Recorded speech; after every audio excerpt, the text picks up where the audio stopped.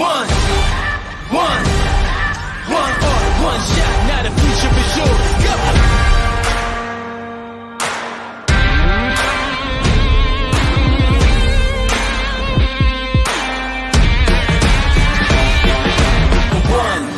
One shot for the kill, the breeze come freeze up, straight drop for the kill. We're talking taking over pieces and shares, a ball break sky high, check the movement is here, yeah. It's one heart, one shot, now the future is yours, go!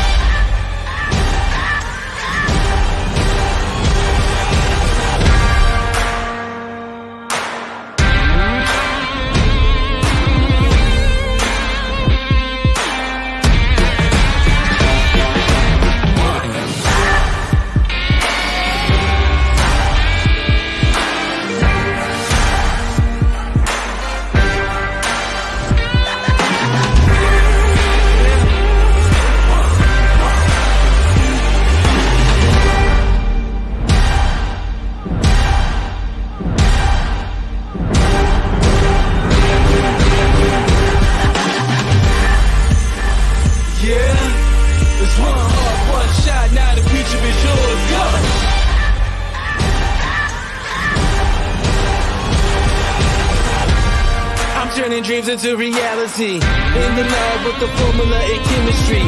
The memories spark to motivate and make the industry shake. We put the balls in the brakes. I'm talking one chance at best, yes. Painting pictures for the culture, keep the brushes fresh. Flip the cover, work the drummer, passion never rests. Freedom is a teacher under pressure, now we blessed. See, I was so close for the go. There's one art, one shot, now the future is yours. Go! Yeah. It's one art, one shot, now the future is yours. Go! What's up? Mr. Brad Fogel in the house. What's going on, dude? Well, I am gonna go straight into this tonight because I got some free time tonight at the house to myself. Figured why not do a live stream? There's so much rumors going on now, and it's getting to crunch time on the A7 IV.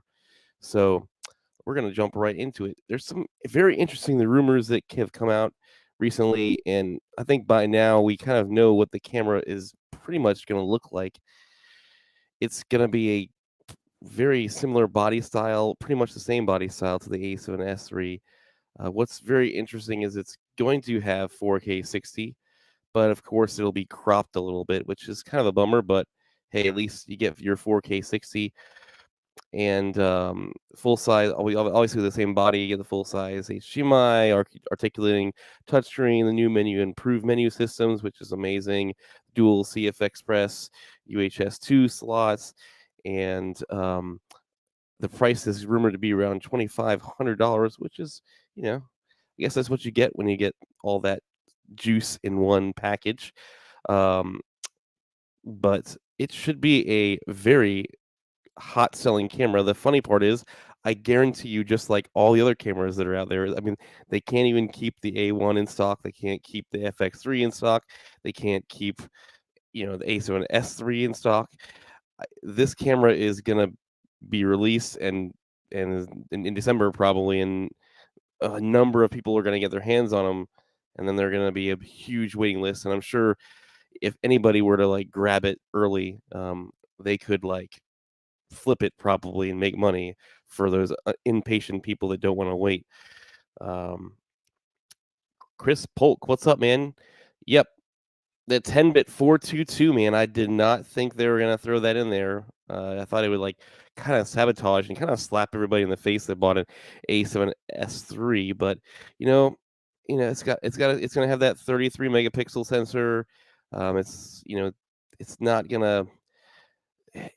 It's not gonna do the same video as well, but the 4K 24 frames a second and 30 frames a second can be oversampled or downsampled from 7K.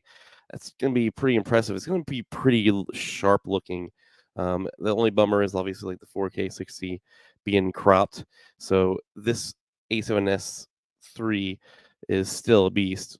I said this is my A7C, but the biggest question that everybody has is, should they upgrade? Should they spend their hard-earned money and upgrade from their A7C, their A7 III, or maybe one of their crop body cameras to get this new A7 IV?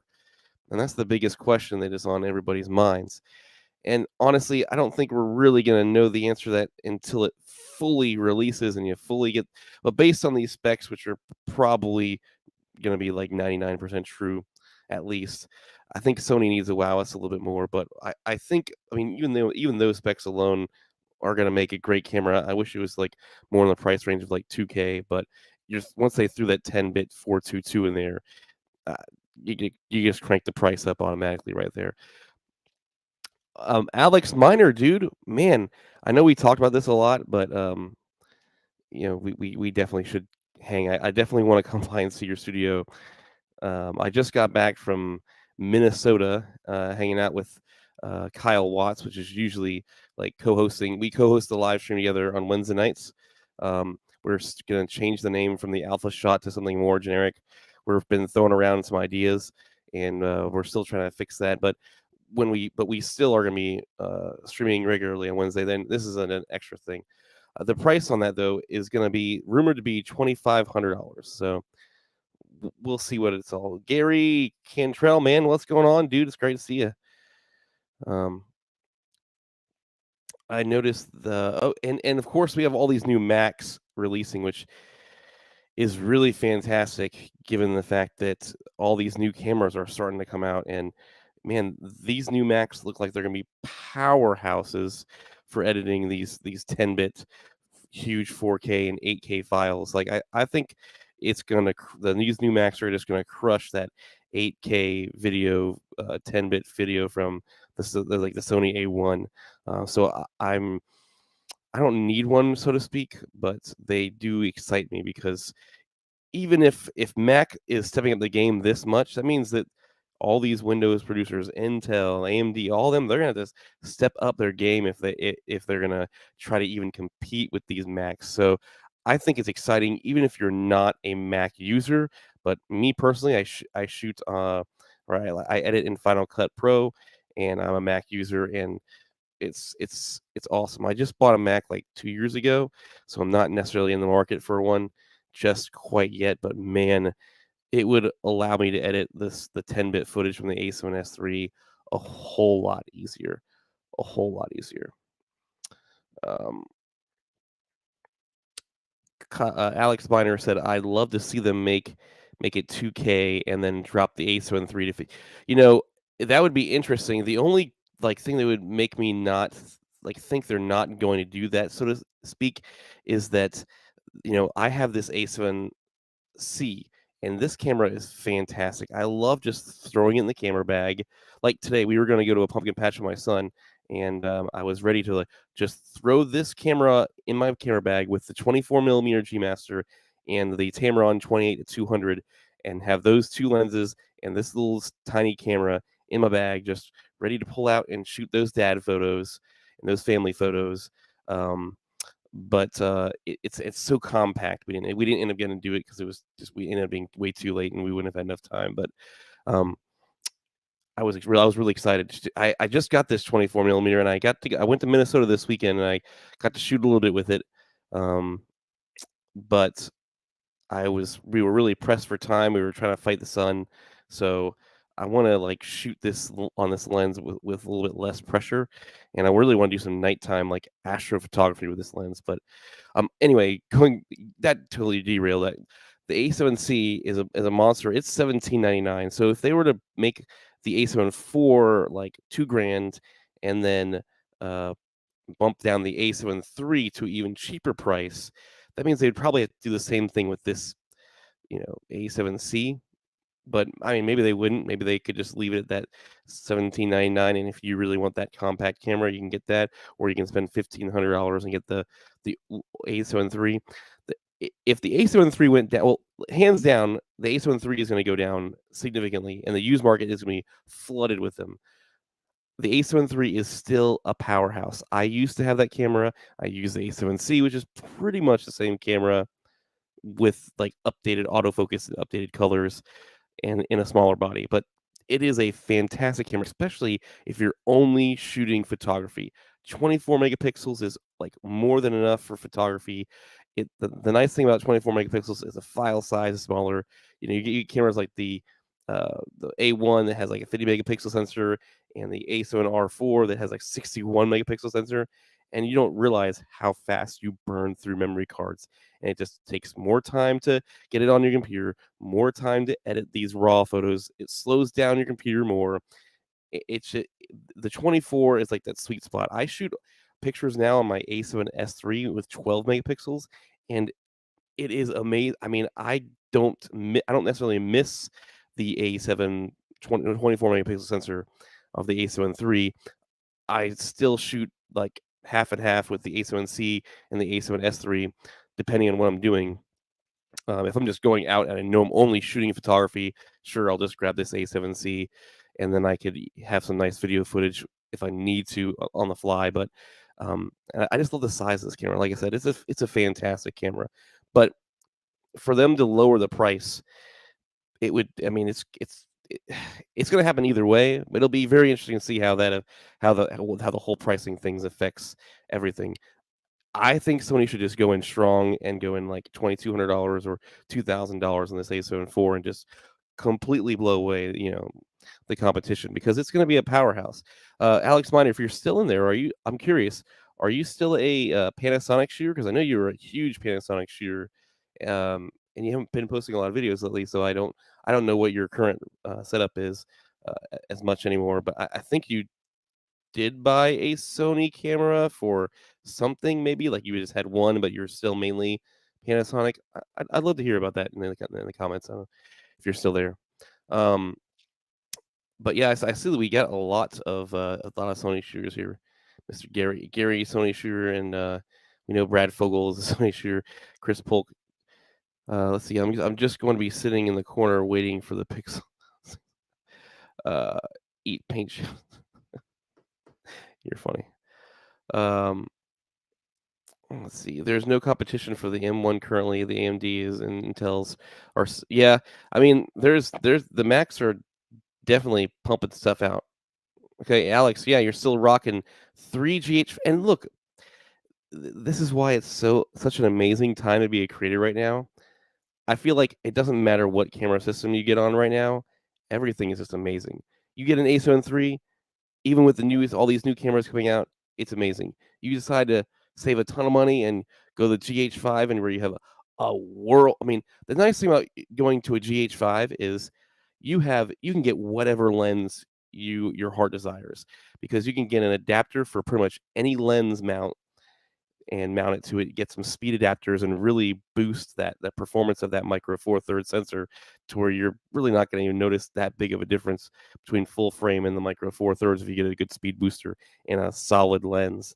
But like, you could adapt it to since the autofocus is terrible, you could adapt it to anything, and it doesn't really matter because the autofocus isn't amazing. But then you can get some you know Panasonic lenses for those moments when you know that you can kind of have somewhat reliable autofocus. The thing I love about Panasonic is the app. It's so good. You just tap on the screen. One night, Alex, you're here. I'd love to have you on the stream once we get this thing fully like in full production, the right name for it and everything. We're gonna be streaming every Wednesday night, and I'd love to get you on as a guest because you're a mad talented dude. So I'd love to have you on one Wednesday night with me and Kyle, and we have a few names that are circling through our heads, but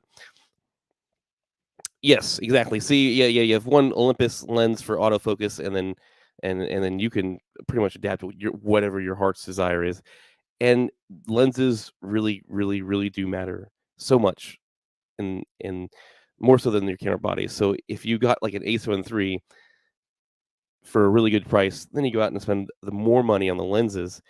And then, hey, maybe one day you're like, I feel like getting all these new bourgeoisie features of the newest Sony A7 IV or A7 V, whatever camera is out when you decide to upgrade. You've already built all like repertoire of a bunch of great lenses, and then you just swap out your camera body and you have all these great lenses. So lenses really do make a big difference in your image quality. You got to get good lenses. And I mean, it's nice that we have a lot of options with these third-party makers like Viltrox and all them, and Samyang and Rokinon, and some of them are looking pretty good for the price you're paying. But you really want to beef up the camera sensor. Just you got to look at those G Master lenses, those nice Sony lenses. Tamron makes a number of great ones, but the more money you invest in your lenses, at the end of the day, that's where the better image quality is going to be coming from. That you're going to be able to do more with that camera, whether it's A7S3 or a A7 III. You get a nice low aperture lens. It's really going to give you a lot of versatility in what you can shoot, where you can shoot, how sharp the image is going to be, and all that jazz. So I'm down. Sweet. I'll let you know. How that when that goes. And companies are still creating new lenses from. Yeah, I mean, Micro Four system. My Micro Four Third system is not dead. I'm sure they're going to come out eventually with a GH6. And you know what? I would love to see Panasonic come out with a camera that had amazing. If Panasonic comes out with a camera with amazing autofocus, Sony's in trouble, Canon's in trouble. A lot of people that shoot video know how good Panasonic is for video.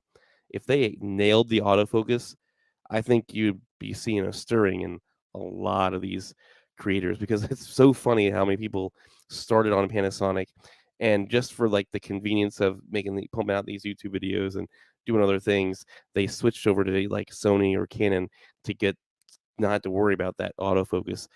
But I know that they would jump right back to Panasonic if could nail that dang autofocus. It would just be amazing. I would love to see it because it would just push everybody further. Whew, man. But I mean, even it's funny. Like I was out this weekend shooting with A7S3 and A7C, and we were all out. And sometimes you just wanted to grab your cell phone just to take a quick shot because you know our phones are getting amazing. It's way easier to get some particular shots, especially if you don't want to swap out your lens. Oh, I don't want to go swap out my lens right now. And I found that way too often this weekend as I was being completely lazy. I need to like open up my hard drive to see those pictures. But yeah, man, it like Alex said, it's the only thing that's holding them back is the autofocus. And I'm shocked that it's taken them this long to figure it out. They are being so stubborn with that contrast-based autofocus system. They're like, maybe this is the best way. We said it and we're sticking to it. And it's like, all right, guys, come on, man.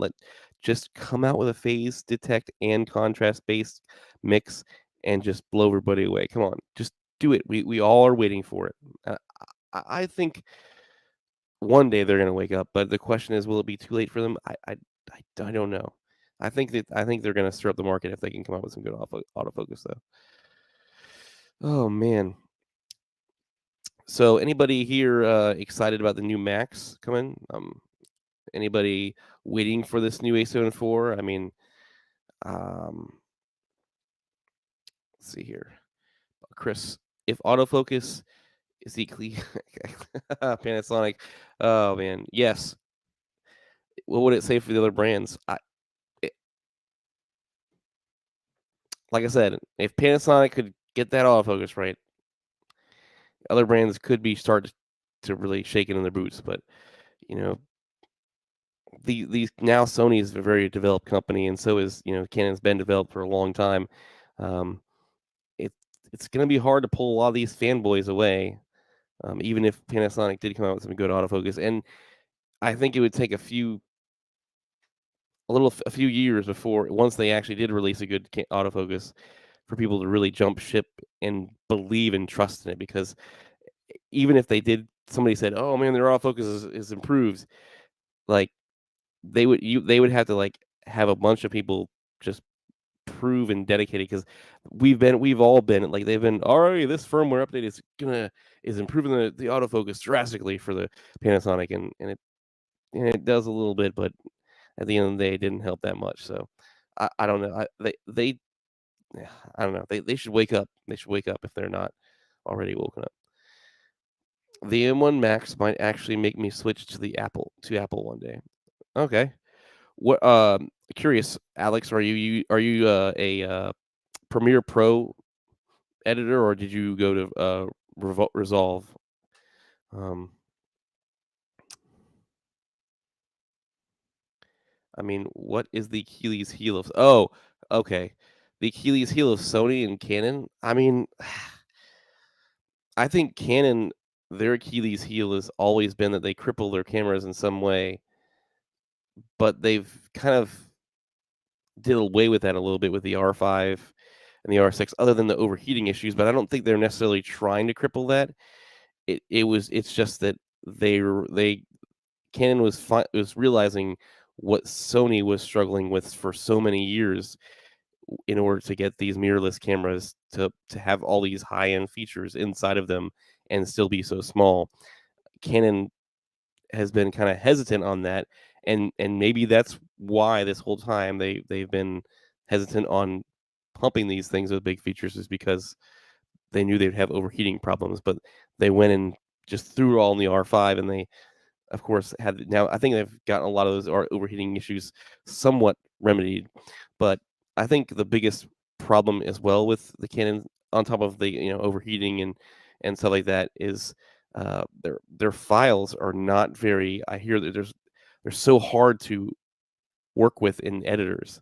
Um, it really bogs down the programs and slows them down. Where they're not. It's not nearly as bad with like the Sony files or some of the Panasonic stuff. So, and then Sony's Achilles heel.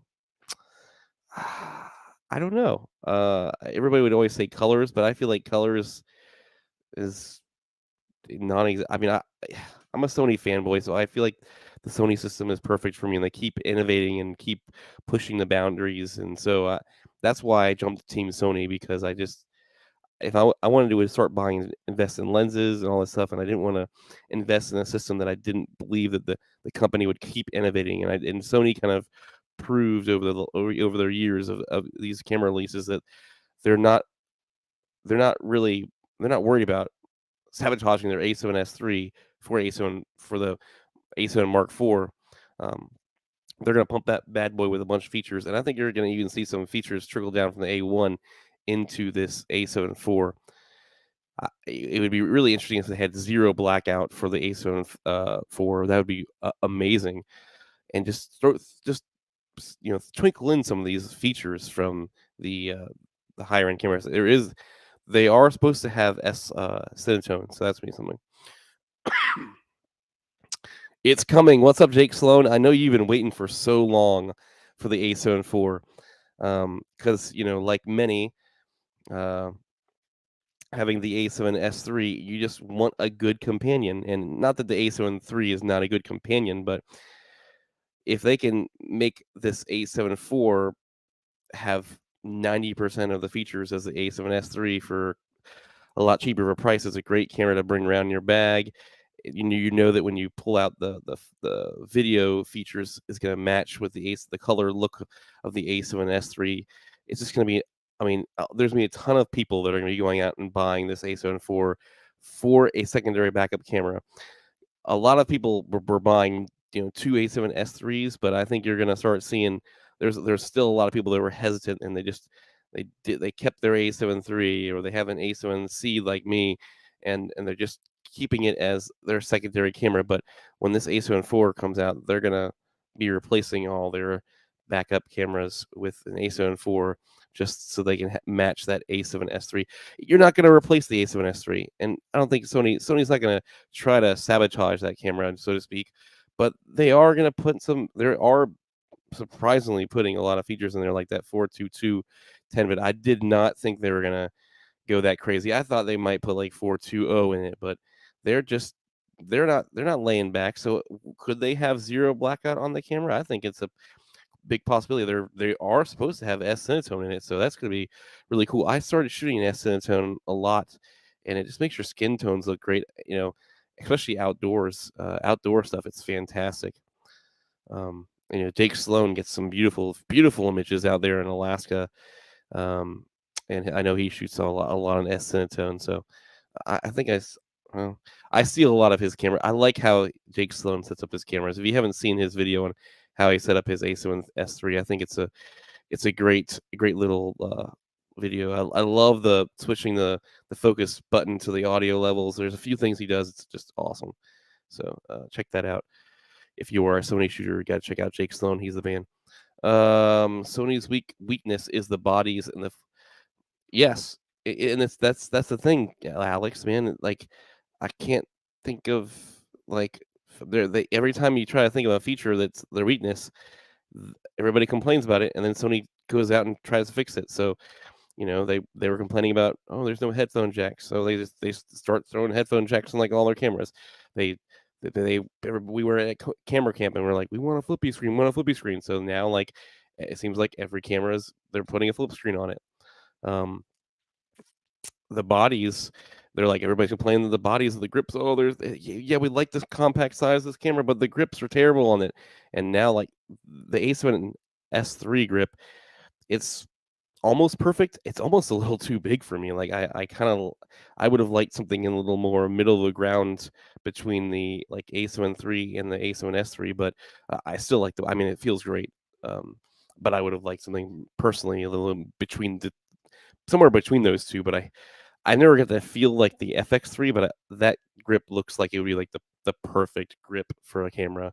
The FX3, I never got to use it before, but and also their mount is pretty old at this point. It's got well, I mean, I don't know, like everybody says that, like, oh, the mount, it's too small. Canon's got this big. You can get more innovative and lighter lenses and more compact lenses with lower f-stops with these, but like they just came out with like a 51.2, and Tamron's about to come out with the world's first ever f2 zoom. It's going to go to it's the 35 to 150. It's going to go from f2 to f2.8 for a zoom. That is crazy. So, and I know that I've heard that Sony is also working on a new zoom that's f2. So, I mean, kind of. I mean, yeah, sure. Maybe if they had a bigger mount, they probably could get more lenses, but I don't think that Sony's going to change that mount anytime soon, because that's like one of their huge marketing for this camera, and it's one of the reasons why it's amazing. You can get an APS-C camera or a full frame camera and use the same exact lenses with both of them. Um, obviously you'd have a little bit of a vignetting if you're using the APS-C on the full frame, but you can zoom in on it, or to get rid of it, or you could at least use it, and then it's a great upgrade option. Or you buy all full frame lenses and you're on APS-C, and then one day when you decide to upgrade to full frame, you already have all the lenses and everything is just there. I mean, it's I don't know, it's a really, I don't know. I love that they have one mount. If they change it up, and they have so many lenses right now, like they have more. I feel like they have more lenses now than like the EF mount had. And Canon, I feel like that was their biggest downside. They switched to that EF mount one, and I don't know if they needed to. I mean, I don't know. I feel like if they kept that same mount, they would have been able to retain a lot more people. They might have been able to keep more of the people on there. Then now you got to go out and buy these, replace all your EF glass with RF glass, and the RF glass is just mad crazy expensive, and it's a lot bigger because that mount is bigger. I don't know. It's a mixture. I love the E lenses, and if they keep pumping out with stuff, well, I know Canon. Sorry, Alex. You said I'm saying f2 on the Sony mount. World's first f2 on the Sony mount. Sorry. Yes, I know that Canon's been doing it because they have that bigger mount that they can work with. But yeah, I meant on the E mount. The world's first f2 zoom on the E mount. Sorry. Fly Zone, man, what's going on, dude? It's great to see you here, bro. Jake Sloan, you're gonna get the A7 IV, right? If you're in the comments still, I know you're waiting for it, right, bud?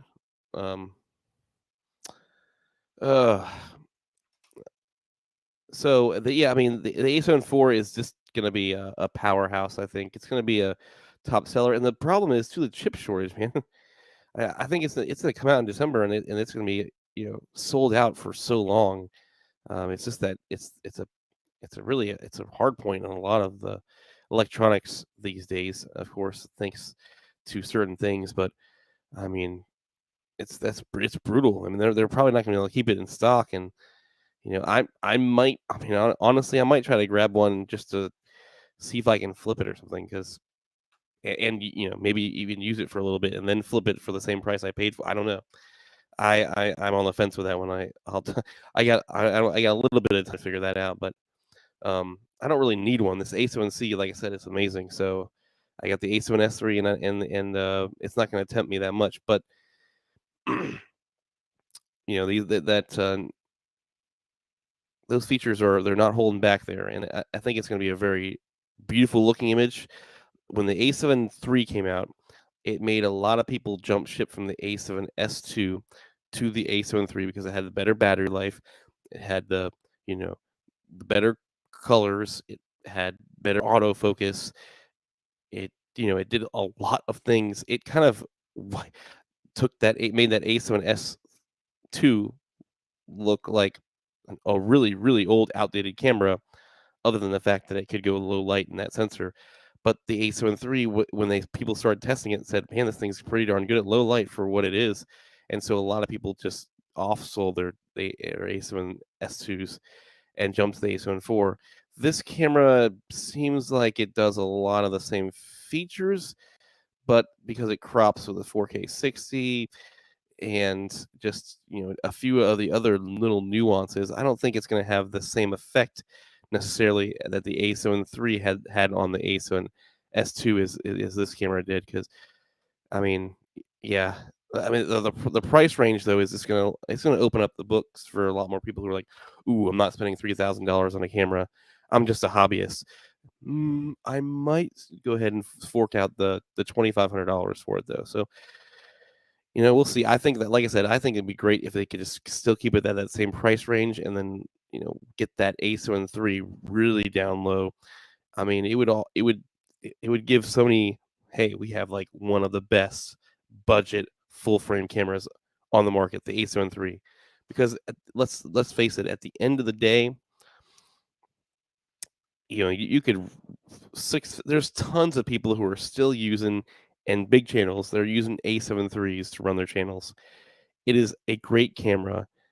You buy that camera this year, and it'll still be good for you for the next 3, 4, you know 5 years, depending on how many features you want to you know give up on. But the autofocus on the A7 III is still really good. The image quality looks fantastic. Sure, like they keep improving the colors a little bit, but I feel like colors are so subjective. You could just tweak the colors a little bit and get that look that you're really going for. But I mean, gosh, it's a great time to be a creator. It's a fantastic time to be a creator right now. I can't say it enough.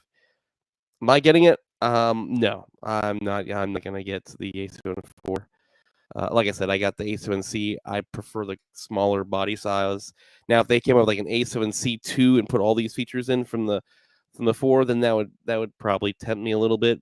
Um, yeah. What I'd like to see in the new A7C Mark II is dual card slots, um, and just all the same features you're getting from this A7 IV, and then that would be a pretty tempting camera. And honestly, they'll do it. It's Sony. They're gonna follow the line of everything. They're gonna keep improving upon and everything that everybody complained about with the A7C. They're just gonna tweak those on the Mark II and throw all the internals for the A7 IV inside of it, and it'll be a camera. Now, will it come out like next year? Probably not.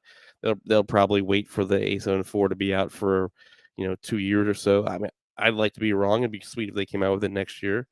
But at the chip shortages they're having, I highly doubt that. They're probably just gonna wait 2 years and then release it. The next camera that I'm really excited about, though, them updating, is that ZV1, ZV1, so like a ZV1 Mark II or ZV2, whatever they end up calling it. That camera has tempted me just because I'm a dad. I want to be able to carry something around in my pocket at all times to get my son. And yeah, sure, I have my phone for that, but it's not the same as like these nice little sensor cameras from Sony. You know, the autofocus and and just the I don't know the crispiness of the video footage. It just and they do perform slightly better than the cameras on your phone in low light. So I would love to see a version 2 with, like, a wider lens and some extra nuanced features with that. I think that ZV-1 was just a slam dunk for Sony on price, features, size, and, like, I guarantee. I mean, based on the sales that freaking Kyle Watts, like, a small channel like me is selling on his affiliate links for his videos, people are looking to buy a camera in that size, that price point, all the accessories, everything like that is where a lot of creators are making. You notice that we got like Dunna and all them. They're they moved to full frame and their channels aren't growing nearly as much as they were when they were in the cheaper APS-C line. And it's just a fact that I think people want something that's super solid and it's not going to break the bank. And I think that's why they kind of keep kind of improving upon this APS-C line. They got to keep improving upon these smaller sensor cameras, just because that's their huge market. Otherwise, people are just going to say, my phone's good enough. My phone's good enough. But for these people who really want to dig in, but they don't want to spend $2,000 on a full frame camera and a you know lenses that are $1,000, $800. It's just you gotta go with the market. The only measurable critique of Sony is the low res. You know what? And that bugs me too. Like Sony, you're making amazing TVs. You're making really good phones that don't get nearly enough credit for what they are. If you're an Android user, um, and they have fantastic screens on them, and then you got these cameras that have like the lowest garbagey resolution LCD on them. I would have rather seen Sony make a way better LCD screen than a better EVF. Personally, I would have that would be a huge feature over an EVF for me. Like, oh, improving the LCD screen on the back, it looks way better. Especially for cameras like the A7C that have like that really small crappy viewfinder, or like the ZVE10 that has no viewfinder at all. Then you have this like crappy screen on the back. Like it'd be nice to have a higher resolution screen that you can actually trust. It's really hard to get S-Log perfect. You really have to, if you're shooting an S-Log 3 on any Sony camera, but if for all these cameras with 10-bit, you really got to get your shot perfect and dialed in. It's pretty much impossible if you're only trusting the LCD screen on the back. You got to use your gamma assist and all this other stuff to get it there, and it's hard. You got to use it's hard, especially with that LCD screen. Yes, the long rider of the LCD screen. I could go on and on all day about it. It doesn't make any sense that they're amazing TV producer and they're just coming out with garbagey LCD screens in the back.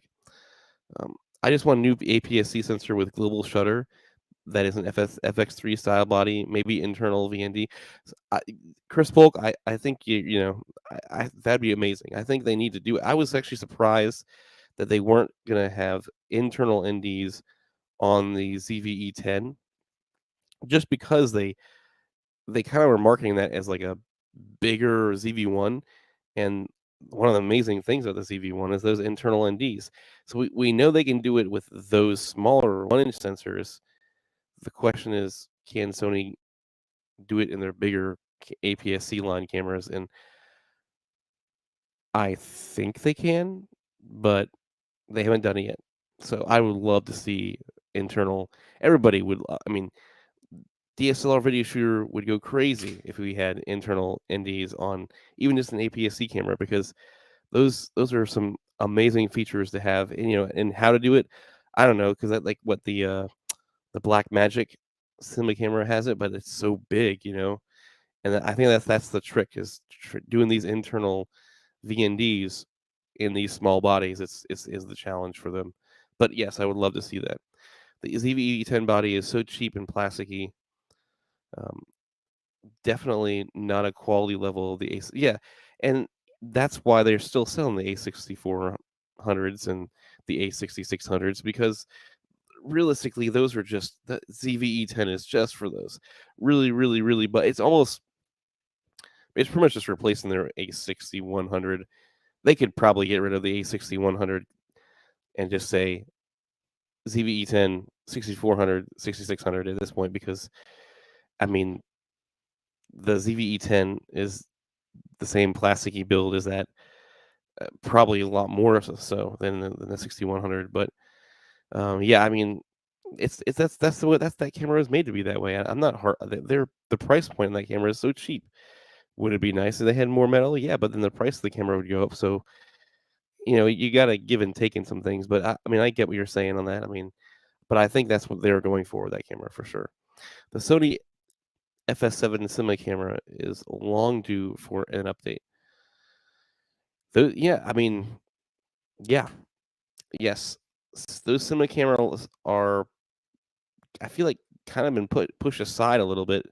They released the FS6 and the FX9, but yeah, those they're not pushing their cinema. I mean, do you really blame Sony though? Because I mean, a lot. If you're shooting on a cinema camera, you're probably going to be going more for like what, a Red, or an Alexa on the high end. You're you're you're who's going to grab a Sony for a cinema camera? I don't know. I'm not a big cinema camera shooter, so I'm the wrong person to ask about that. I just like shooting photos and I like having video on me at all times. Um, if you're gonna shoot, and honestly, if you're gonna want a cinema camera features, then you would probably gonna want to use cinema lenses, and at that point, you might as well just go to Panasonic, because there's no autofocus anyway, and you're gonna have to use cinema lenses with those. So just go with a system that's gives you more video features and more bang for your buck. So I don't know. I feel like Sony knows what their market is, and they know what they're spending a lot of their investment on. Does it mean they're not going to come out with another cinema camera that's pushing the limits? No, but they know what their big market is. Obviously, all these alpha cameras is what is putting Sony on the market. It's what's putting Sony and just getting people excited about their system. It's why you have so many fanboys. So I don't. That's why they're not really putting into their cinema line. But like you said, they should. They will slowly, I'm sure. But there's so much hype around these full frame cameras right now. They're keeping that going, and have been less focusing on the APS-C. But I think you'll see a new APS-C. I think you'll see a new APS-C camera next year. I think it's safe to say that we'll probably see some sort of an update to that line next year. This is the year for the full frame cameras. Next year, you'll probably see some APS-C. I'm being optimistic here. They should at least add a rubber grip cover to the ZV-E10. Textured plastic grip is so cheap feeling and slippery depending on the price. I suggest a new person buy an A7C or Canon cheap RF cam. Yeah, I mean, I always suggest people to. I mean, the A7C is such a great camera for the size and the functionality. That's what I suggest people to get. I say that the ZV-1, if you're really just want to get your hands a little wet, don't want to mess with lenses yet, start with a ZV-1, move your way up, and at this point there's you can either get like a used A6400, or you just go on full on and just go A7C and get that, just jump right into full frame. And if you did go APS-C, I'd say buy full frame lenses if you're in it for the long haul, because that is really the roadmap. You're going to want to get to that full frame juiciness. But yeah, uh, and for the grip, whatever. I mean, it's a cheap camera. Who cares? Just go buy a friggin' small rig cage that has a nicer grip on it, and move on with your life. I predict an A6 to renew the APS-C lineup and start fresh with some naming convention as the A7 series. Sony's naming conventions are you know what? Yes. ZVE10. I mean, who in the world, like, who thought of it? Like, what? I know you're going for ZV1. I just don't you have they were like RX cameras, and then all of a sudden they came out, this is the ZV1, and then now they're like ZVE10. Like, only reason why I know what the ZVE10's naming convention is because I was like hardcore in the rumors about it for so long. But they'd be like that. Most people are like that other ZV1. I don't know the ZV camera with the APS-C. I mean, their naming conventions are so odd. But yeah, they should come out with a new APS-C line for sure. Especially now that like that sensor is by this point so old and outdated. They just need to revamp that entire APS-C lineup if they're still intending to keep that afloat. But which they probably are.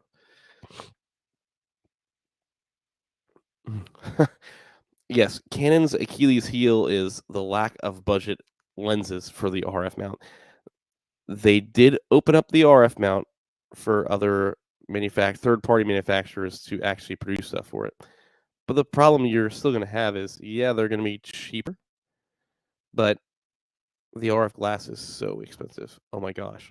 When I thought Sony glass was expensive, and then when Canon came out with their RF glass, I was like, wow, I'm glad I'm not shooting on Canon or the L Mount Alliance. Sorry. The grip on the small rig cage is pretty dope. Yes, I just got the grip, this A7c grip, thanks to Kyle Watts. He sent to me for a birthday. Birthday was last week, and it feels great. I went to visit Kyle this past weekend, and he held it, and he was like, "Wow, that actually is really nice." So yeah, and my wife has been shooting on it, and I thought she might complain about how heavy it is because it adds a little bit of weight to this compact camera, but it feels really nice. The grip, and she liked the grip as well. So and when you put that cage on it, it has like a little bit of like indent on the other side. So if you're not using the flip out screen and you're just trying to do some like really steady pans, it gives you some like something to hold on to. So it's a really nice cage, that A7C. If you haven't seen the video that I did last week, it's a long one. I think I talked for like 20 minutes on like all the accessories that I use with my A7C. Of course, a lot of those accessories also flood into my A7S3, but you, it was long. I broke it down and timestamped everything. So if you didn't want to watch you just wanted to watch particular accessories or stuff, you could jump around in the video for that. Sony Alien Technologies made the. What's up? Oh, Gifted Barley, dude. It's great to see you again, dude. Thanks for stopping by. Gabe. Thanks. Nice. It's great to have you here, Gabe. I think because I'm not Sony was not a photography-based company. It gave them a different perspective. Great for tech, maybe not so great for usability, but they are learning fast. And you know what? That's why it's another great reason why it's great to be a Sony shooter, because they are listening to their customers.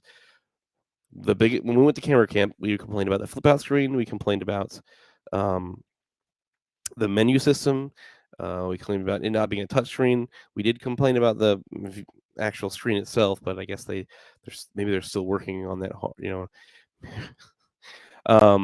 But I feel like every big major point that we hit at camera camp, Sony's like, all right, we'll fix it. Fixed. Boom. Moving on. They were complaining. They were getting so many complaints about their colors, and they fixed that. And then we were complaining about the flip out screen. They fixed that. They complaining about the side like doors on the A7 III. They were pretty bad. Oh, we'll fix that.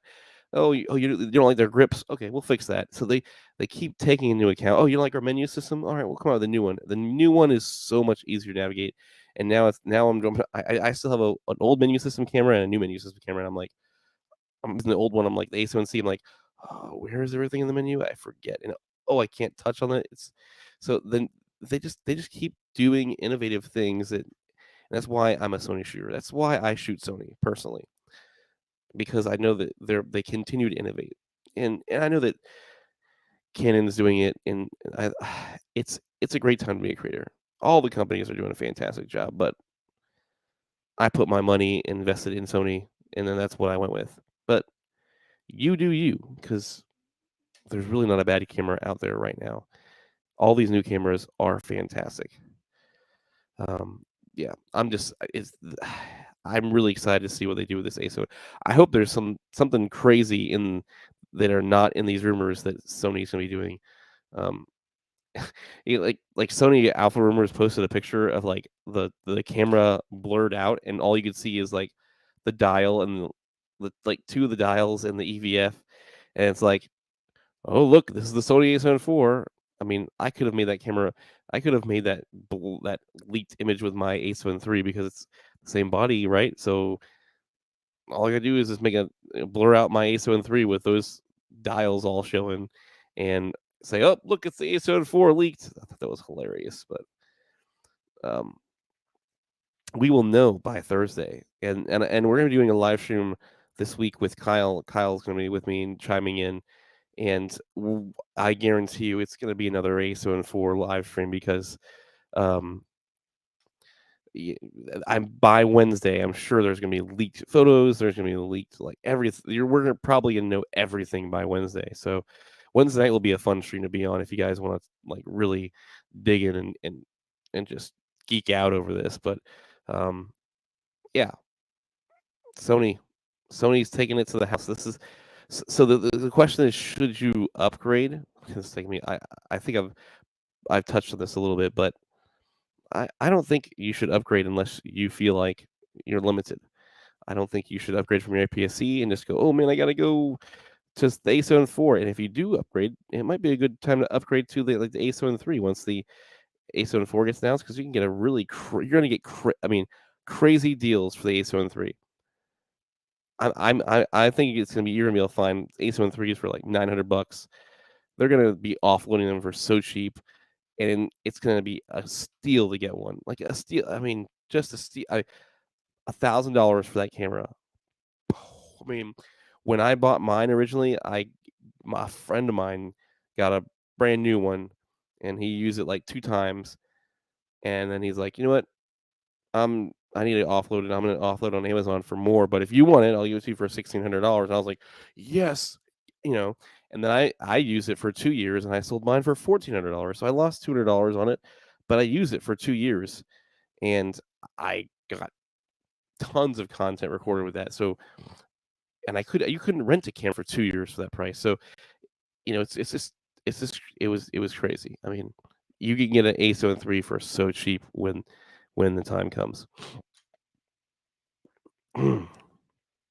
Sony's app is all yes. Oh my gosh, Panasonic app is the best. I wish everybody would just make their app like Panasonic. If they dump some budget into it, they could make some serious market share. Third-party apps like Monder Plus are. Oh yeah, the Monder Plus app. Oh my gosh, it has like built-in S-Log3 like converters. It's that's a really good app. But you still like I love how you can touch to focus on the Panasonic app. You can do a lot in it, and it's just really hard and clunky. It's not really smooth with the Imaging Edge app, but I guess it works. I prefer just to get. I got this like.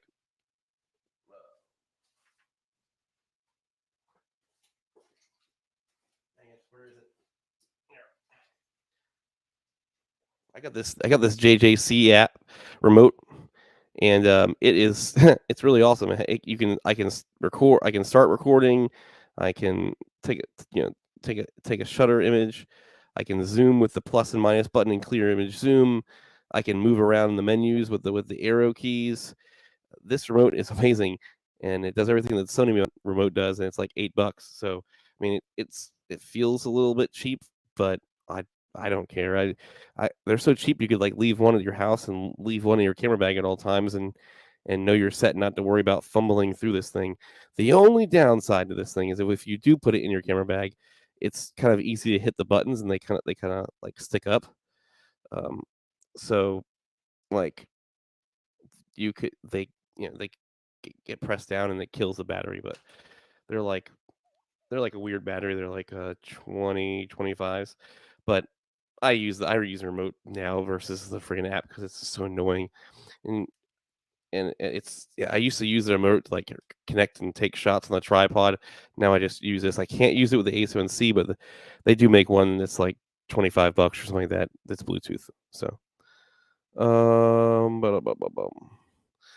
I first chose Sony because of the technology they included. My first was the A6000, and still has some great features for its time. They need a better app. Yes. See, there we go. Another person says they need a better app. Yes. Um, but yeah, like the features for those cheap cameras are amazing. They're not crippling them like some camera companies are, like Canon. They're cheap cameras. They crop in on the image, or they can't do a ton of 4K. You can do like 120 in HD and a lot of these things, and they're not limiting. It's the full resolution of the sensor. It's amazing what they're doing with their cheaper budget cameras. They're not limiting everything, and Sony just keeps pushing the boundaries on that. The app should be what they consider their investment in their drones, smart cars, etc. Yeah, I mean, their app needs some work, and I feel like that's like an ongoing thing with Sony. Like, yeah, their menu systems suck. They need to improve that. Now they need to move on to their app. Now that they actually have decent menus, so maybe the same team that worked on the menus can now work on improving the app. I don't know, but Sony should work on that. That would be a nice improvement. Um, 2.4 gigahertz Wi-Fi on the APS-C, and the older bodies lag pretty bad though. The only reason I want a new Pixel over an iPhone is use USB-C. USB-C is where it's at. Gosh, I love that they're adding it all to their in new cameras. And the A7 III is actually going to have all the Wi-Fi 2.5 uh, and everything too. So it's going to have USB-C, which is phenomenal. Um, it's going to have silent shutter, of course. Um, IAF animal, IAF in movies, in video. They're saying it's even going to have some like I don't know IAF for birds. So that'll be interesting if it because that was a separate line. It wasn't like animals and birds. So looks like now they're going to add IAF for birds, which would be a huge thing for bird photographers because that's you put an animal IAF and sometimes it gets the bird's eye, but not all the time. So they do that Canon thing and do a IAF. That would be awesome. 10 frames per second. I wish they would just like do a miniature A1, but they won't do that. And do like a blackout would be amazing. Like 5 gigahertz Wi-Fi, gimbal variangle, S and Q dial. S and Q mode is something I use a lot now on my A7S3. It's so nice to remove one more step. And the nice thing about the A7S3 is it shoots in the higher bit rate. So like you can shoot 100 megabit files, and in S and Q mode, where like the older Sony cameras, it'd be like 7 bits or something like that, depending on what you're shooting, and all that stuff. So it's still the full resolution in like 4K 60. So I've been shooting a lot of 4K 60 in S and Q on my A7S3, and it eliminates. I can actually see the preview of what I actually just shot instead of having to wait till I get home and drop it into my editor and convert the speed and all that stuff. So I really love S and Q mode. I think it's an underrated feature on the on these Sony cameras, especially like doing all the like the 1 frames a second. Just oh man, it's so good. A7 IV primarily and A7 III the secondary. Yeah. That's a great combo right there, and it's that's because a lot of people did that with the A7S3. They got the A7S3 as their primary and kept their A7 III as their secondary. Well, the people who didn't want to spend that much money on the A7S3 are now going to be doing that same exact thing with the A7 III. So now they're going to be like, okay, I'm keeping my A7 III. I'm going to get the A7 IV and then have my A7 III as my secondary. And yeah, it's so convenient to have two cameras. There's so many times where you just need it. Hey, what did you miss, Kyle? What did you miss? I'm just it's I'm almost giving a little preview of what we're going to be talking about on Wednesday night. There's more rumors that popped up and all that jazz. Fels, dude. All right, so I went to visit Kyle Watts today, this weekend. As if you guys are new in here and didn't hear me say that earlier, and when he picked me up from the hotel today and took me to the airport because they were pretty much our Uber drivers all weekend, and I thought I looked over at Kyle when he picked me up, and I'm like, dude, you are so tired. Like he looked like what I looked like when he dropped me off at the hotel last night. I was like, we were coming back from another town, um, two harbors in Minnesota, and it's like 3 hours away from where we were, in from Minnesota essentially. And that ride home, like we felt like we got there like super quick on the ride there, but the ride home was just brutal. We stopped for dinner.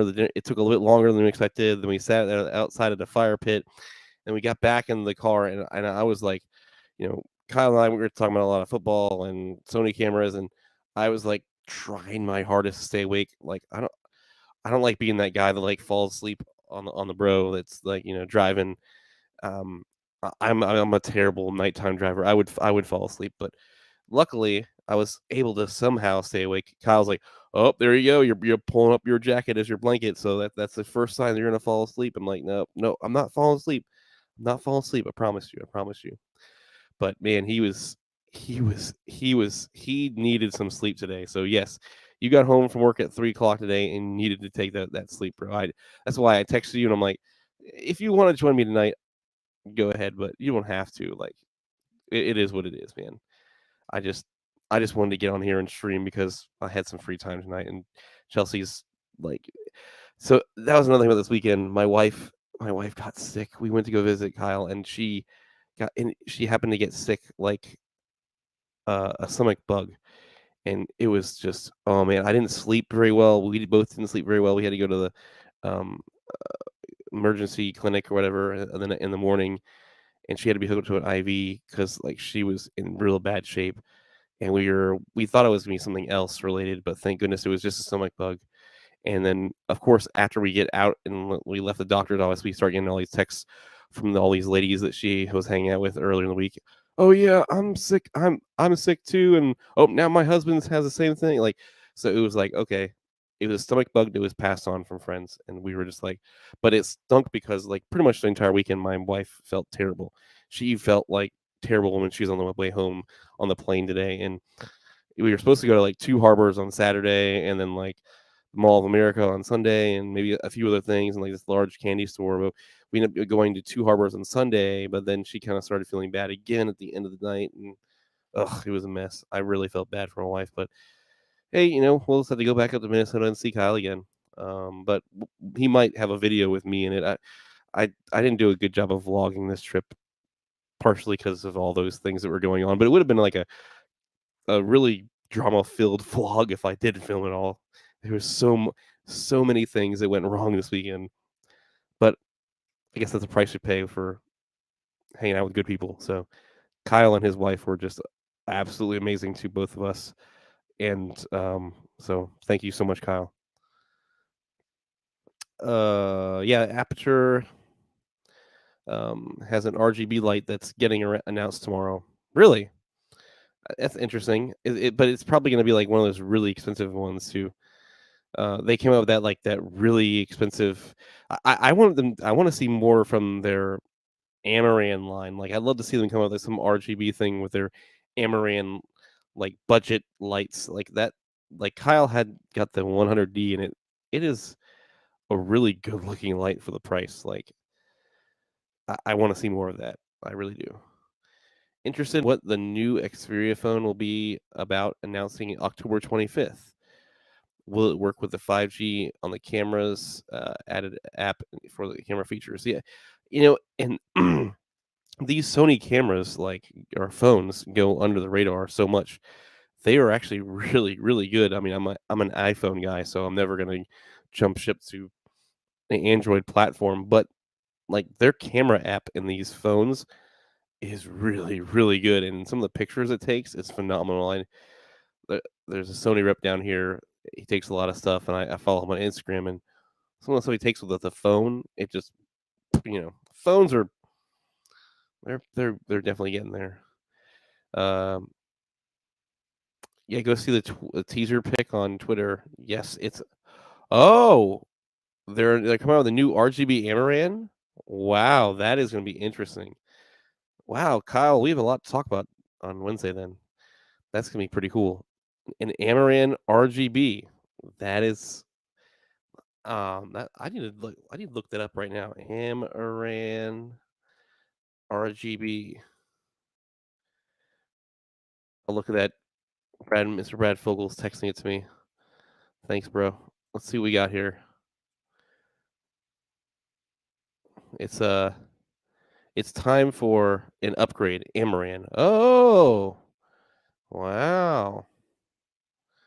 Yeah, that's gonna be very interesting. Very, very interesting.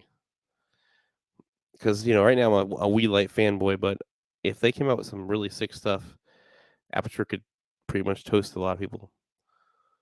Um, so yeah, stay tuned for that. That's pretty cool. Sony. I'm a Sony junkie, so I'm ready for all these releases this week.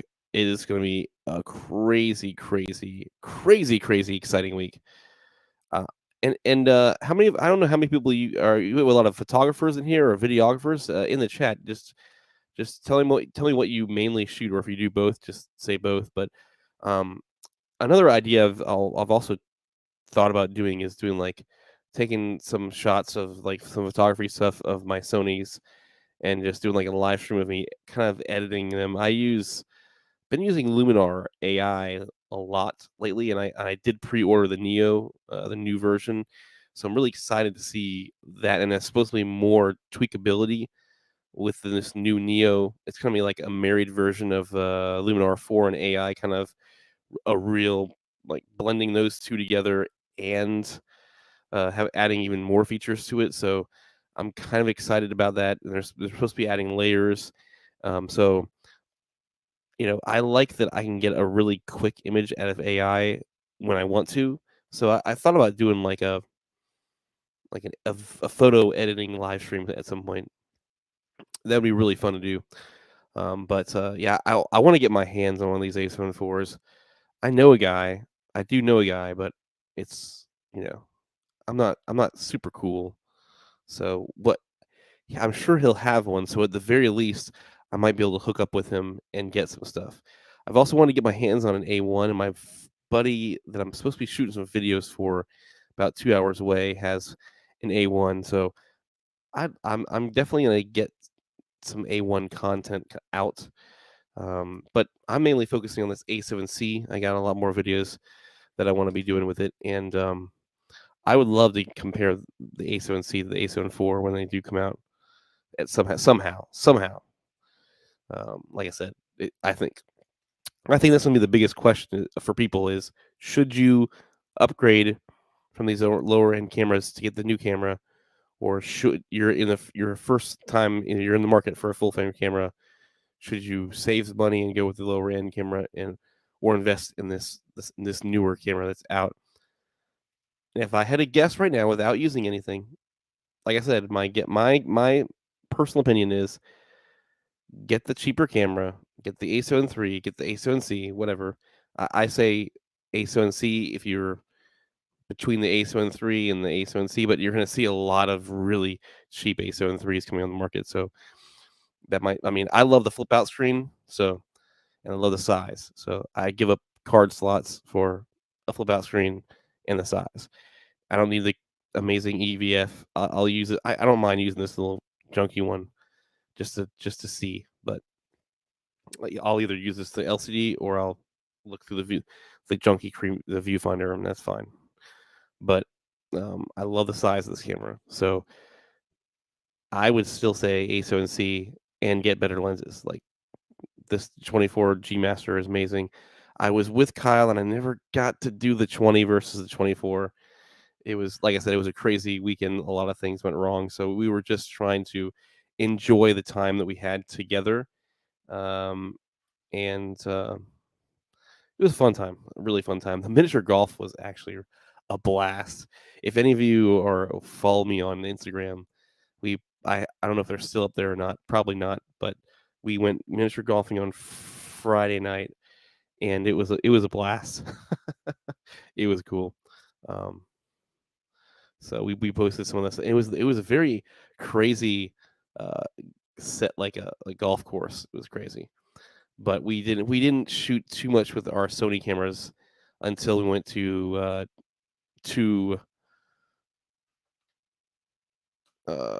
yeah, until we went to like the trip on Sunday, and we got a lot of footage with the ace. And then Kyle shoots the entire day. He's like, all right, I'm gonna do like this, like, is the A7S3 good enough for photography video? I think I might do that. And he took a ton of photos with the A7S3, and then we're driving home, and I'm like offloading some of his stuff, his video footage onto my like hard drive. And I'm like, bro, do you know that you like shot all these photos in JPEG? And he's like, wait, what? I'm like, yeah, they're all JPEG. There's no RAWs. And he was just like, frick. Well, there goes that video. Yeah. Uh, it, I, it is. It's There's so much stuff to think about when you're a creator, and your mind is like thinking about 20 different things, the light going down, all these settings you got to change on your cameras, and you're bound to miss something. So I don't know, sometimes I guess checklists might be the best thing for a lot of you. It's kind of what I learned, especially if you're doing like a wedding or something. But uh when you said Gabe, you said, dude, that was so cool. Did you get to see the miniature golf course? Oh, the pool. Yep, you did. Yeah, the pool table, and then you saw Kyle Watts just bust his. I happened to be doing the story, Instagram story, when he just walked right by me and just busted it on the floor. I was like, dude, are you all right? I just got that on video though. That was awesome. But no, and then the last two holes of the miniature golf course, you set up the golf ball on a tee, for like a baseball tee, and you had to like try to hit it a home run. You either hit it a home run and you got a hole in one, or you would just try to hit the ball, like, and there's a hole in the floor.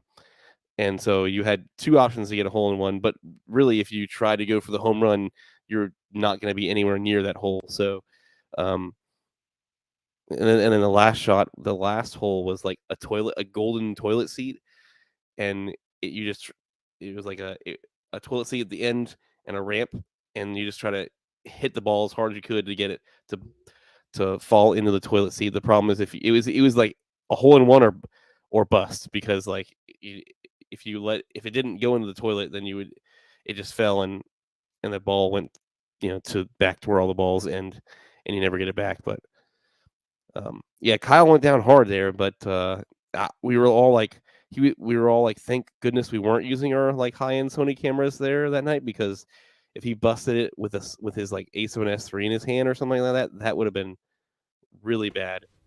Yo, bro, no, look at that, Yo, you're right in here. I mean, at least I would have had it on film if I had it in my hand, though, right? We Yeah, kind of got it on film. yeah. That was crazy. You feel better now? You feel better? You feel rested now? A little bit, yeah. We actually just also picked up a foster dog tonight, so after work, and then I just kind of assed out for a minute. Oh, you guys are like the nicest like dog lovers. You're probably gonna end up keeping this one too. No, No, probably not. Probably not. no. Okay. I think before we even picked it up, we already got the messages from like adopters, or from like the company that there's already people looking for the dog. So I Oh, was like, well, we haven't that's even. good. I was like, we haven't even picked it up. So Hey, that's good. But yeah, we had a blast this weekend. Even though we had a lot of craziness going on. it It was. was really good. I don't. I missed a bunch here while setting up, but it was basically Stiller movie where things just keep getting worse over and over. And then there's usually a payoff. So we'll see. Hopefully the payoff is going to be one of the videos we put, right? Something like that. Was he like, Kyle was like kind of cutting in and out for me. Was he cutting in and out for anybody who's watching? Somebody let me know in the chat. But he cut in and out for me, so I don't know if you guys heard that. But he said it was pretty much like a Ben Stiller movie.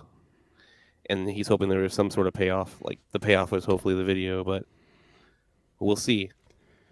Although I will say though, I've never been to that what was it called? I can't remember the name of it now. The mini golf place though. Can Wonderland. Can Wonderland, yep. That was a interesting place. It's like an art exhibit. Which got set up to a point to where they were like, well, now what? And then they just like, well, let's just build a mini golf course around it or something. And it was like Minneapolis. There's a lot of artistic stuff going on in that town. So yeah, that was a really cool miniature golf course. And then like, I guess we started the night off and we're like, oh, we're just gonna go here and we'll like you pay like a cover charge so you get into this place, and they have like a bunch of like arcade games that you just go and just press the button. It's like you get unlimited playing through like for all the stuff. And then they also have like an indoor miniature golf course that was really amazing. And then they have like a section where you can get like try all these different local breweries beers, and you kind of put it on like a little card, and then you just swipe the card. It's like your tab, and you just fill up your cup, and it's like your bartender. It was like reading like how much you poured for each one, and it would tell you the price of each beer, and then at the end of the night you just give them the card that you scan, and they would just bill you out for your stuff. That was really cool. I mean, it looks like a thing that makes bartenders irrelevant, but I liked it because it looked like you're like, I only want to try a little bit of this. You could get like 3 ounces and try it and be like, I don't like that one, let me get a different one. And so it was kind of interesting on cool way to do that. Technology, man. Yeah. And then like they had like it was like a drag dance area, right? Like where there was like a drag queen burlesque thing going on in the background, and there was like multiple things going on in this place, which was kind of cool. But also, by the way, I'm not hardwired into my internet right now, so I'm running Wi-Fi. That might be why you're cutting in and out a little bit. Okay. So it could be a little bit, yeah. I had to clean up the cords off the ground because the dog was chewing up stuff. So. So without getting, since you're here now, without getting too much into what obviously we'll probably talk about this a little bit more in detail on Wednesday night on our real streaming night. This is just for fun, but like, have you seen the new rumors about the A7 IV and how it's definitely coming out on Thursday? I have not seen today's rumors. No. Yeah, they. I mean, it's pretty much all the same stuff that they've been saying. Now they're saying that there is definitely going to be 422.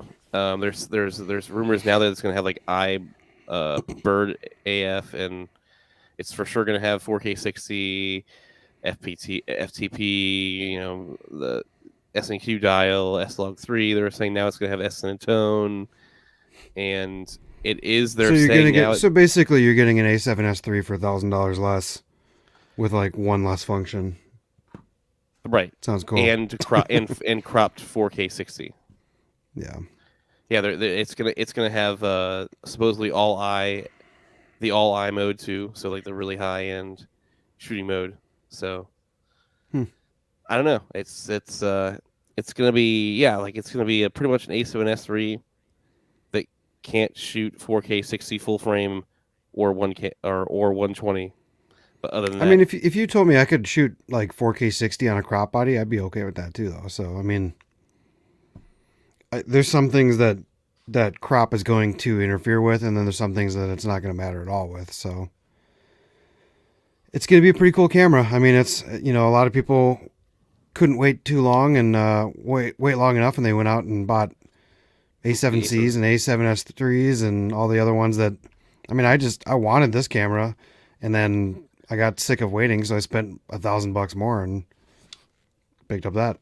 So, But the footage by the fire on Sunday night was really good. I loved it. Oh, I'm getting blown up. Yeah, it was we went out there and this was the first time I was shooting in not S-Log3. And I know that this thing has like a dual ISO where when you hit that 1280 mark, it definitely switches to like a clean signal in S-Log3. I don't know if it has that dual native ISO in not S-Log3. I've kind of heard some back and forth about that not being a thing, so it looked pretty clean in the monitor when we were looking at it though, so I don't know. You can only trust these Sony monitors so much though, so you have to wait and actually get it in. Yeah, I mean, I said that see we what it said that looks earlier. like. It's like, why even have like I would have rather seen a higher end LCD screen on the back than a friggin' EVF. Well, yeah, because they put a really nice EVF on this camera, and I've looked through it like twice, maybe. So I wish they would have just spent the money and got the made the the screen itself better. Yeah, I totally can't wait to see some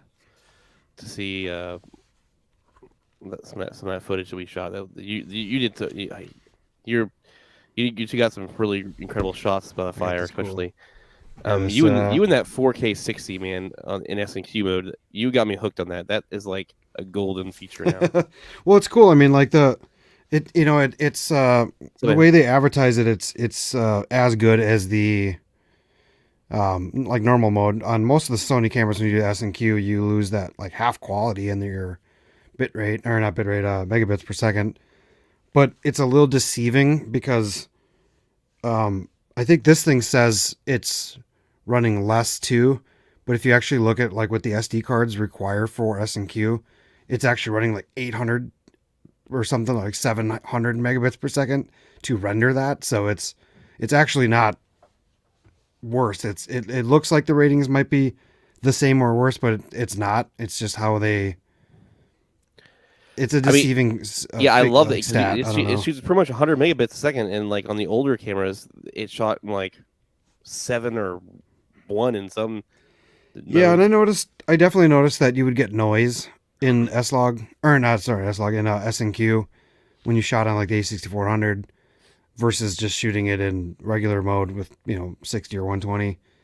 And I would get those things where you were filming. Everything looked fine. You get it in post and one's like grainy and kind of just looks like you're pushing the ISO too hard, and then you'd have the shot that's not S&Q and it wouldn't be like that at all. So, so there's some disadvantages to S&Q on some cameras, but on this one, I would imagine the A7 IV will be the same way. It's not going to be any difference. The only difference is you also don't get audio. So, I mean, personally, I feel like I never use the audio on any slow-mo clip anyways. I always just take it out. So, but it's nice where if you're shooting 60 frames a second and maybe let's say you don't want to slow it down, like maybe afterwards you're like, I need a regular speed clip here. That's an advantage of not shooting S&Q. So you get regular speed audio. Granted, it might look a little jittery, but, and then you keep that audio as well. So, but yeah, the 60, this is the shot I think you're talking about, Paul, right? That one? Yeah, oh gosh, I love that shot. That was so good. Yeah, this one, it's going to look really jittery right now on here because it's not going to show the screen well. There was like that one, like there was like a bunch of like all of us around the fire sitting there. You got a lot of really sweet stuff. So yeah, if you're not subscribed to Kyle's channel, subscribe. I'm sure in one of his videos in the next 3 months, he'll probably have some of that footage in I hope one of the sooner videos. than that. I'm just stuck on a lot of these ZV-E10 videos right now, so I might throw in a different one just to break it up for a minute. So, I mean, I know I feel you because I think we both had to edit. We still both had to edit our videos from June, Disney, yeah, or July or whatever it was. And then then you have all the ZV-E10 videos that you still are backlogged on. Freaking darn filming day messes, but to kind of put on top of what Brad said too, I hope they do put a good EVF on the A7 IV. I would imagine it'll be the same as this one. I would also imagine that I mean, I don't know. It depends. If they're putting this thing out for $1,000 less, they might actually put a crappy one on there and a crappy screen for all I know. But Well, I think they said they definitely were upgrading the EVF on it. I just don't know. I can't remember what the actual specs were on it. I think it was like a 3 million dot EVF. Is that the same one as the that's what this one A7S3? is. Yeah. Yeah. So there were rumors that they were actually going to put the same EVF in there, which honestly doesn't super surprise me, just because it seems like everything else is. Mm-hmm. It seems like the exact same camera with a different sensor, and I mean, I bet you they just literally swapped out the sensor on it. The processor is probably exactly the same. The EVF is going to be like, it's just going to make them be able to streamline both those cameras. The funny part was, I also mentioned at the beginning of this, was that it's like they can't even keep the A7S3 in stock or the FX3 in stock. And it's like now they're going to be throwing an A7 IV into the mix. They're probably not going to be able to keep in stock either. So this chip shortage is really going to be screwed with their numbers. But I think I mean, part of it's the chip shortage. I think was going to get better, but I would imagine a lot of these like COVID booster shots are going to make it worse again. A lot of what people don't know is that I think a lot of it is the silicone that goes into building some of these chips are getting used inside of the glass on the like vaccine vials. And that's why there's a shortage, is because it's something to keep the bottles from like shattering. Oh. I watched this whole video on like exactly why the chip shortage is really happening. And a lot of it's just because they're using certain silicones to like tamper-proof or shatter-proof the vials on like Pfizer and Moderna stuff. So, and those are all over the world. So that's why and it's the same like silicone. I don't know if it's like a glue or if something that they use on a lot of microchips and stuff. So that's just passing that along from what I've heard. If maybe that's not right, but that's, I watched a pretty legit documentary about, it seemed like a legit documentary about it though. So. Hey, well, I don't want to I hate to jump in right when you jump in here. Oh yeah, Kyle's in here now. We're gonna peace out. But I guess my Chelsea seems to be up and feeling a little better, and she wants to watch some TV tonight before we go to bed. So I'm gonna pounce. I've been on here since 8:30, so I've been over here for almost a little over an hour and a half. So thanks for everybody who's joined in with me. Kyle, we'll definitely be continuing this conversation on Wednesday night, and I'm sure we're gonna have a lot more finite rumors that are gonna be pretty much sealed by Wednesday for that day before that release. So we might even get some leaked images by then. But so just stay tuned with us. Hang out with us on Thursday night. We'll do some more A7 IV chat and whatever else. I would hope by Wednesday that there's going to be 9 leaks already and photos galore, and you're going to have some major leak at some point. Someone wants to have their channel get a little attention or something. So this is not supposed to be in the camera. Yeah, I mean, I could just do this. Oops, I think it's gonna look the same as an A7S3. So I don't know if you saw that blurred picture that they showed real quick before we close. It was this pixelated blurred out picture, and all you could see was the mode dial on top. We talked about that. I was like, that could literally be 9 different Sony cameras, and you would never know. So it was funny. I saw. I mentioned that in the beginning too. All right. Well, thanks for joining us, Jumpy, and we'll see y'all later. Brad Vogel, thanks for joining us. Gifted Barley, aka Mr. Gabe, thanks for hanging out with us for a little bit. Remember, join us on Wednesday night, 9 p.m. We'll be right back at it for some more rumors this week, and it'll be the day before it announces. So, thanks for hanging out with us. And you all have a fantastic and lovely night. Peace, guys. Later. One shot, not a future for sure. Let's go.